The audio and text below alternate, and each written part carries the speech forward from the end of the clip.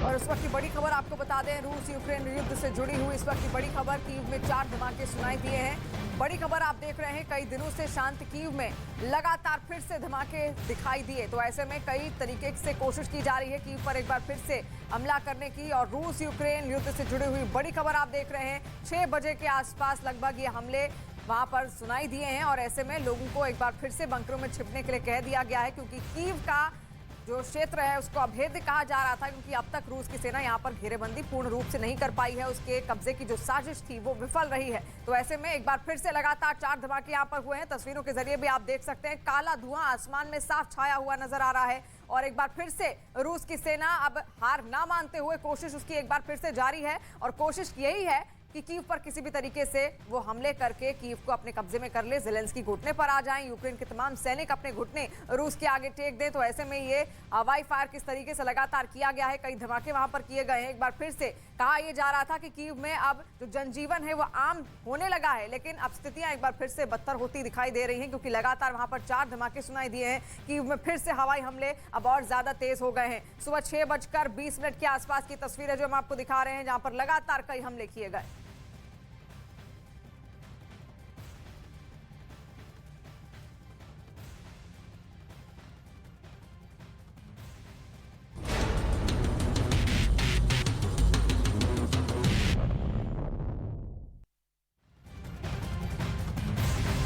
रूस यूक्रेन युद्ध जब से शुरू हुआ था तब सभी को ये लग रहा था कि यूक्रेन जल्द ही रूसी सेना के सामने हथियार डाल देगा, लेकिन अब 100 दिन बीत चुके हैं और यूक्रेन की सेना रूस को कड़ी टक्कर दे रही है। अब लोग इस बात को जानने में दिलचस्पी ले रहे हैं कि आखिर यूक्रेन के पीछे कौन सी ऐसी ताकत है जो उसे रूस के आगे घुटने नहीं टेकने दे रही है। आइए जानते हैं इस रिपोर्ट।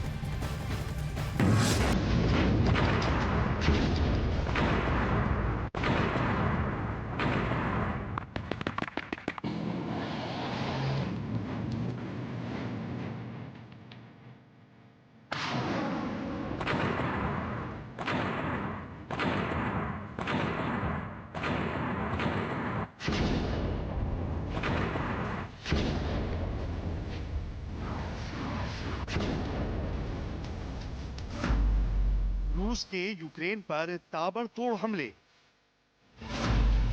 रूस की भारी बमबारी से दहला यूक्रेन। रिहायशी इलाकों पर मिसाइल हमले।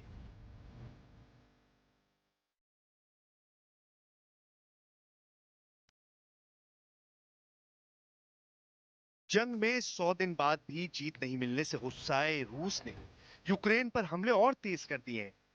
यूक्रेन के अलग अलग शहरों में बम और धमाकों की आवाज सुनाई देती रहती है। मारिउपोल पर कब्जे के दावे के बाद डॉनबास समेत कई शहरों पर रूस की ओर से भारी बमबारी की जा रही है। यूक्रेन के कई इलाकों में मिसाइलें आग बरसा रही हैं, जिसमें लोगों के आशियाने तबाह हो रहे हैं। यूक्रेन में हर तरफ सिर्फ तबाही नजर आ रही है।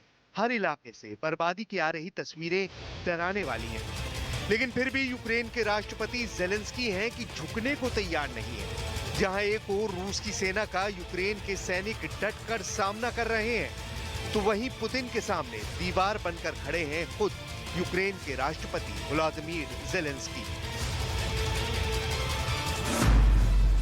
पुतिन के सामने ज़ेलेंस्की की दीवार। जंग जीतने के लिए ज़ेलेंस्की कुछ भी करेंगे। यूक्रेनी सैनिकों का बढ़ा रहे हैं हौसला। यूक्रेन के लोगों के साथ खड़े हैं ज़ेलेंस्की।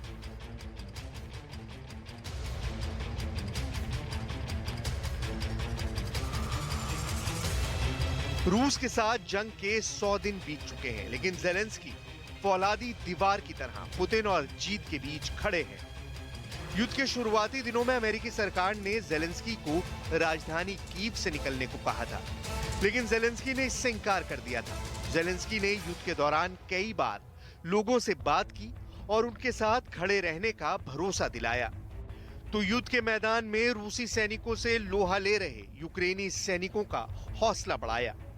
एक बार नहीं बल्कि बार बार ज़ेलेंस्की ने वीडियो जारी कर सैनिकों के साथ डटे रहने का संदेश दिया। कई बार तो वो सैनिकों से मिलने अस्पताल तक पहुंच गए। यूक्रेनी सैनिकों ने भी जेलेंस्की को निराश नहीं किया और युद्ध के मैदान में रूसी फौज को नाको चने चब्बा ही दिए। जेलेंस्की की दुनिया के देशों से अपील, दुनिया के देशों से मदद की अपील, रूस पर और प्रतिबंध लगाने की मांग। रूस के साथ जंग में जेलेंस्की अकेले ही नहीं लड़ रहे हैं, बल्कि अमेरिका समेत कई देश यूक्रेन का साथ दे रहे हैं। जेलेंस्की की मदद की अपील रंग भी ला रही है और कई देशों ने जहां रूस पर प्रतिबंध लगाए, तो वहीं कई देशों ने हथियारों के साथ ही आर्थिक मदद भी यूक्रेन को दी। जेलेंस्की ने अमेरिका के मेयरों से भी रूस पर दबाव बनाने की अपील की और रूस को अंतर्राष्ट्रीय मंच पर अलग-थलग करने की अपील की। Пані та панове, шановні мери Сполучених Штатів Америки, я вдячний можливості звернутися до вас сьогодні. Сполучені Штати стали справжнім лідером міжнародної підтримки України. Це і оборонна підтримка, і фінансова, і політична. І вона базується на щирому зв'язку між усіма народами, які однаково цінують свободу. На тому, що ми, українці та американці, однаково розуміємо небезпеку тиранії. Світ бачив різні тиранії у різні часи.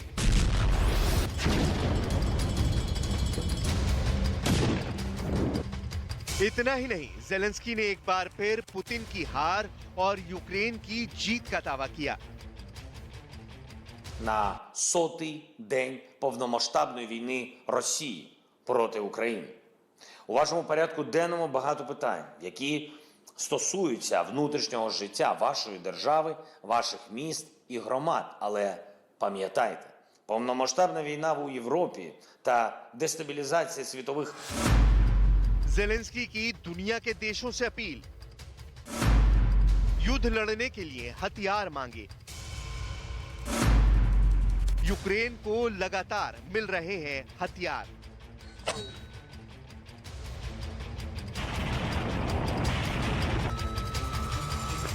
जेलेंस्की हर रोज नई नई रणनीति बनाते रहते हैं। अलग अलग मंच से जेलेंस्की दुनिया के देशों से लगातार मदद, खासकर हथियारों की मदद की अपील कर रहे हैं और इसका फायदा भी उन्हें मिल रहा है। दुनिया के देशों से लगातार यूक्रेन हथियारों की खेप पहुंच रही है। America, France, Britain, Australia, Sweden, Poland, Hungary, Austria से लगातार हथियार मुहैया कराए जा रहे हैं।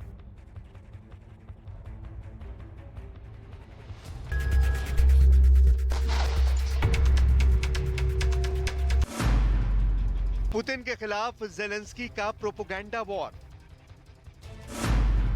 दुनिया के सामने युद्ध की अलग तस्वीर रखी।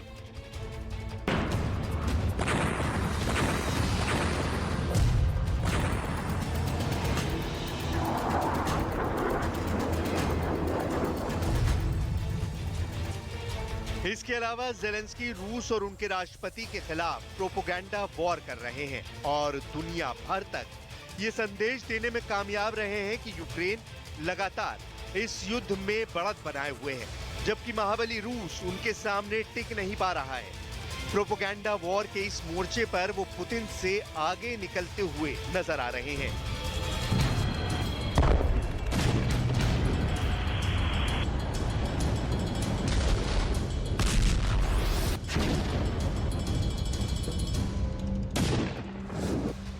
रूस और यूक्रेन के बीच युद्ध के 100 दिन बाद भी पुतिन जेलेंस्की नाम की दीवार को भेद नहीं पाए हैं और अब तिलमिलाए पुतिन ने यूक्रेन पर हमले और तेज कर दिए हैं और जीत हासिल होने तक नहीं रुकने का ऐलान किया है। इस बीच कादिरोव भी मॉस्को में है। देखना यह है कि जेलेंस्की की दीवार को तोड़ने के लिए पुतिन कौन सी नई रणनीति अपनाते हैं।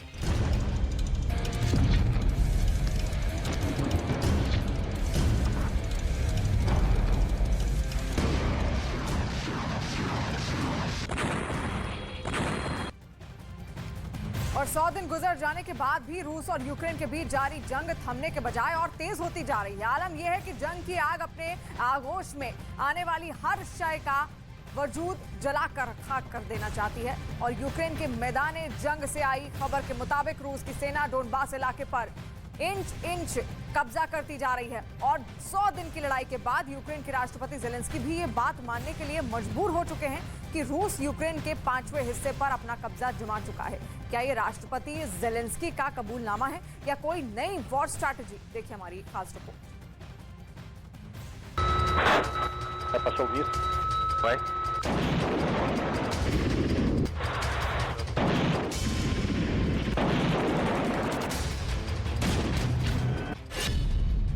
रूस यूक्रेन जंग के 100 दिन।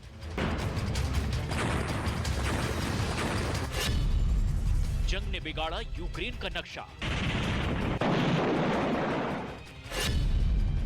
डॉनबास जीतने के करीब रूस।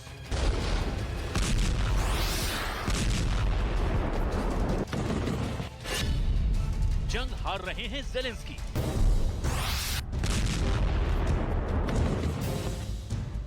जंग की आग अपने आगोश में आने वाली हर शय का वजूद जलाकर राख कर देती है और उसकी सबसे बड़ी मिसाल बनी है खुदा की ये इबादतगाह।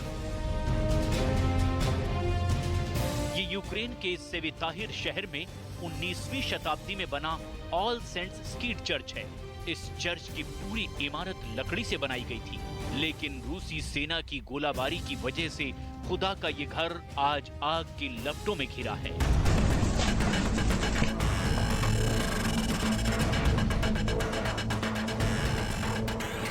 रूस की बमबारी से तबाह हुए घर और मलबे में दबी बेगुनाह लोगों की लाशें।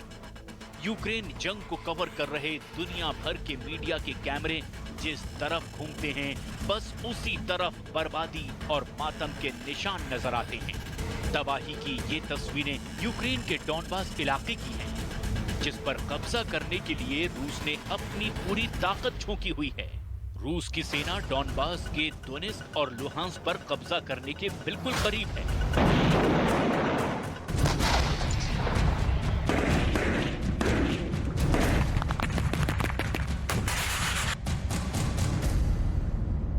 इस जंग ने यूक्रेन के हंसते खेलते शहरों को कब्रिस्तान में तब्दील कर दिया है।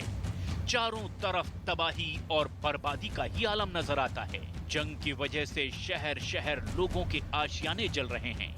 ये तस्वीरें डॉनबास के दोनेत्स्क इलाके से आई हैं। यूक्रेन का आरोप है कि रूसी सेना ने दोनेत्स्क के कई रिहायशी इलाकों पर टोचकायु मिसाइलों से हमला किया, जिसकी वजह से कई घरों में आग लग गई। लुहांस्क के गवर्नर के मुताबिक पूर्वी यूक्रेन के रणनीतिक रूप से एक अहम शहर सेवेरोडोनेत्स्क के लगभग 70% हिस्से पर रूसी सेना का नियंत्रण हो गया है। В Донецькому напрямку ворог обстрілює позиції наших військ уздовж всієї лінії зіткнення із мінометів, ствольної та реактивної артилерії. Застосовує оперативно-тактичну та армійську авіацію. Основні зусилля зосереджує на Сєвєродонецькому та Бахмутському напрямках.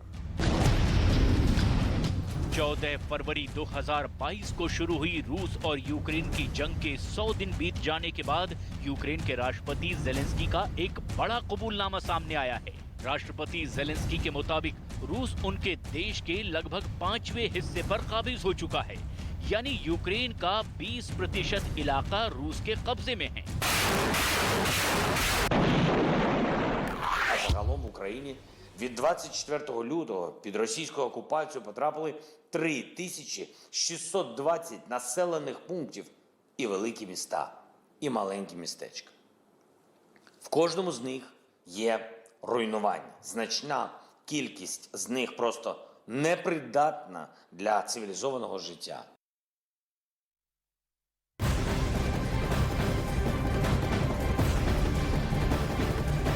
और इस वक्त की बड़ी खबर सामने आ रही है। कानपुर हिंसा से जुड़ी हुई बड़ी खबर, सूत्रों के हवाले से खबर सामने आ रही है, जो हम आपको बता दें। व्हाट्सएप चैट की अब जांच का दावा किया जा रहा है। कश्मीर के वीडियो यहां पर दिखाए गए थे और अब इसकी जांच की जाएगी कि आखिर व्हाट्सएप